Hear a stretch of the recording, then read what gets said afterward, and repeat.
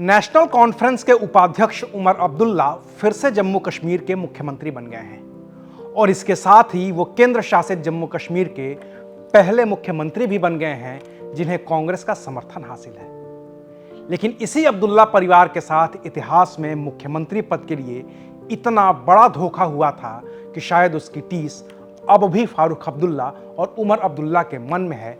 और शायद यही वजह है कि अब भी उमर अब्दुल्ला कम से कम कांग्रेस पर तो इतना भरोसा नहीं कर सकते हैं कि पूरी सरकार कांग्रेस के भरोसे चलाई जाए।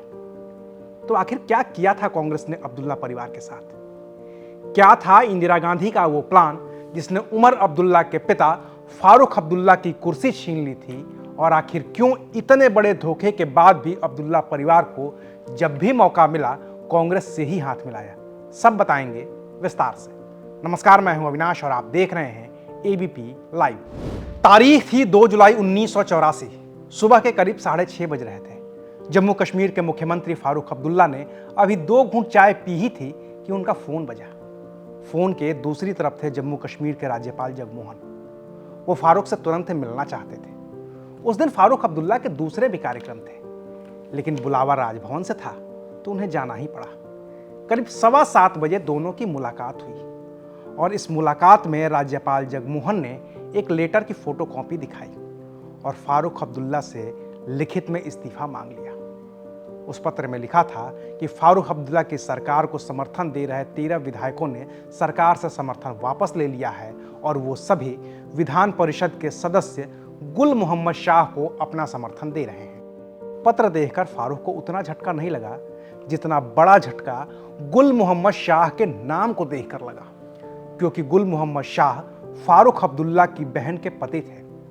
फारूक गुस्से से बोले, आपकी चाहे जो मर्जी हो करिए, लेकिन उस आदमी को मुख्यमंत्री मत बनने दीजिए। लेकिन राज्यपाल जगमोहन के पास भी कोई चारा नहीं था। तब जम्मू कश्मीर की विधानसभा में कुल 78 सीटें हुआ करती थी। बहुमत के लिए 39 सीटें चाहिए होती थी। बगावत से पहले फारूक के पास 46 विधायक थे, लेकिन अब वो घटकर 34 रह गए थे, जबकि कांग्रेस के 26 विधायकों के साथ गुल मोहम्मद शाह को बहुमत मिल गया था। लेकिन ये सब एक झटके में नहीं हुआ था, एक दिन में नहीं हुआ था। इसके पीछे थी एक लंबी चौड़ी प्लानिंग, और इस प्लानिंग के पीछे दिमाग किसी और का नहीं बल्कि देश की तत्कालीन प्रधानमंत्री इंदिरा गांधी का था। क्योंकि गुल मोहम्मद शाह को सत्ता चाहिए थी। वो पहले भी खुद को फारूक अब्दुल्ला के पिता शेख अब्दुल्ला का उत्तराधिकारी मानते थे, लेकिन जब शेख अब्दुल्ला ने इंदिरा गांधी के ही कहने पर अपनी विरासत अपने बेटे फारूक अब्दुल्ला को सौंप दी तो गुल मोहम्मद शाह ने अपनी पार्टी बना ली थी। लेकिन इंदिरा गांधी ने जिस मकसद से फारूक अब्दुल्ला को शेख अब्दुल्ला का उत्तराधिकारी बनवाया था, फारूक वो मकसद पूरा नहीं कर पा रहे थे। वो मुख्यमंत्री बने तो महीने में 4-5 दिन ही ऑफिस जाते, फिर न जाने कहां गायब हो जाते। इतना ही नहीं, पिता की विरासत संभालने उतरे फारूक अब्दुल्ला ने अपने पिता के लोगों का भी मान नहीं रखा तो पुराने लोग बगावत करते गए। ऐसे ही एक नेता थे डीडी ठाकुर, जो कभी शेख अब्दुल्ला के बेहद करीबी हुआ करते थे और जिन्होंने फारूक अब्दुल्ला को मुख्यमंत्री बनवाने में भी मदद की थी। लेकिन मुख्यमंत्री बनने के बाद फारूक ने उनकी भी बात नहीं सुनी तो डीडी ठाकुर बागी हो गए। वरिष्ठ पत्रकार अश्विनी भटनागर और आरसी गंजू अपनी नई किताब फारूक ऑफ कश्मीर में लिखते हैं कि प्रधानमंत्री इंदिरा गांधी की भी जम्मू कश्मीर पर नजर बनी हुई थी, तो उन्होंने डीडी ठाकुर को मिलने के लिए बुलाया। पूछा कि जम्मू कश्मीर में बदलाव के लिए किस पर दांव लगा रहे हो? डीडी ठाकुर ने जवाब दिया कि गुल मोहम्मद शाह पर। कश्मीर वापस लौटकर डीडी ठाकुर ने गुल मोहम्मद शाह से मुलाकात की और फिर गुल शाह इंदिरा गांधी से मिलने दिल्ली चले गए।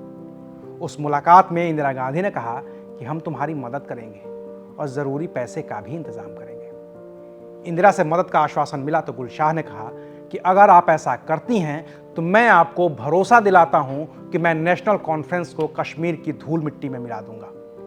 कश्मीर वापस लौटे गुल शाह ने प्लानिंग पर काम करना शुरू कर दिया।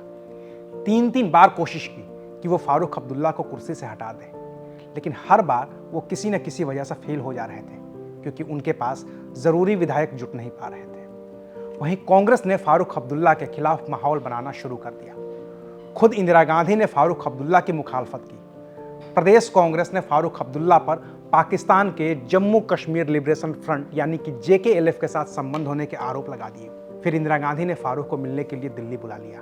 फारूक दिल्ली पहुंचे। मुलाकात के बाद उन्हें लगने लगा कि उनकी कुर्सी को खतरा है, तो उन्होंने विधानसभा में बहुमत लेने का मन बनाया। राज्यपाल बीके नेहरू नाराज हो गए, लेकिन कुछ कर नहीं पाए। फारूक अब्दुल्ला ने बहुमत साबित कर लिया। वहीं बीके नेहरू पर इंदिरा गांधी का दबाव बढ़ रहा था कि वो फारूक अब्दुल्ला सरकार को बर्खास्त कर दें, लेकिन ये असंवैधानिक था, तो बीके नेहरू ने ऐसा नहीं किया। नतीजा ये हुआ कि फारूक अब्दुल्ला से पहले बीके नेहरू की ही कुर्सी चली गई। जगमोहन नए राज्यपाल बने। इस बीच गुलशाह अपना काम करते रहे। एक दिन नेशनल कॉन्फ्रेंस की बैठक बुलाकर उसमें खुद को असली नेशनल कॉन्फ्रेंस घोषित कर दिया और उसी पार्टी से फारूक अब्दुल्ला को बाहर कर दिया। अपनी पत्नी और फारूक अब्दुल्ला की बहन खालिदा को नेशनल कॉन्फ्रेंस का राष्ट्रीय अध्यक्ष घोषित कर दिया। फिर 28 जून को ईद की दावत दे दी, जहां उनके वो लोग शामिल हुए जिन्हें फारूक से बगावत करनी थी। प्रदेश कांग्रेस अध्यक्ष मुफ्ती मोहम्मद सईद को दिल्ली बुलाकर कहा गया कि आप गुलशाह का समर्थन करें। राज्यपाल जगमोहन को दिल्ली बुलाकर देखा गया कि अगर फारूक को हटाया जाता है तो कानून व्यवस्था कैसे संभलेगी। सब तय हो गया तो गुलशाह ने जगमोहन से फोन पर बताया कि 12 विधायक फारूक अब्दुल्ला से समर्थन वापस ले रहे हैं और गुलशाह को समर्थन दे रहे हैं। सुबह के वक्त गुलशाह की जगमोहन से मुलाकात हुई। इसी दौरान कांग्रेस के विधायक भी राजभवन पहुंच गए और इसके बाद तो जगमोहन ने फोन करके फारूक अब्दुल्ला को बुला ही लिया और कह दिया कि इस्तीफा दे दीजिए। आखिरकार लंबी तैयारी के बाद फारूक का इस्तीफा हुआ और जम्मू कश्मीर के नए मुख्यमंत्री बन गए गुल मोहम्मद शाह।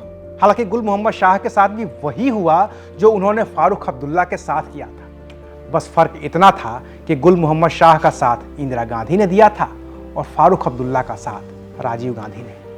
वो कहानी फिर कभी। आज के लिए बस इतना है। शुक्रिया। आप देख रहे थे ABP live. For exclusive and insightful videos, subscribe to our new channel ABP Live Premium.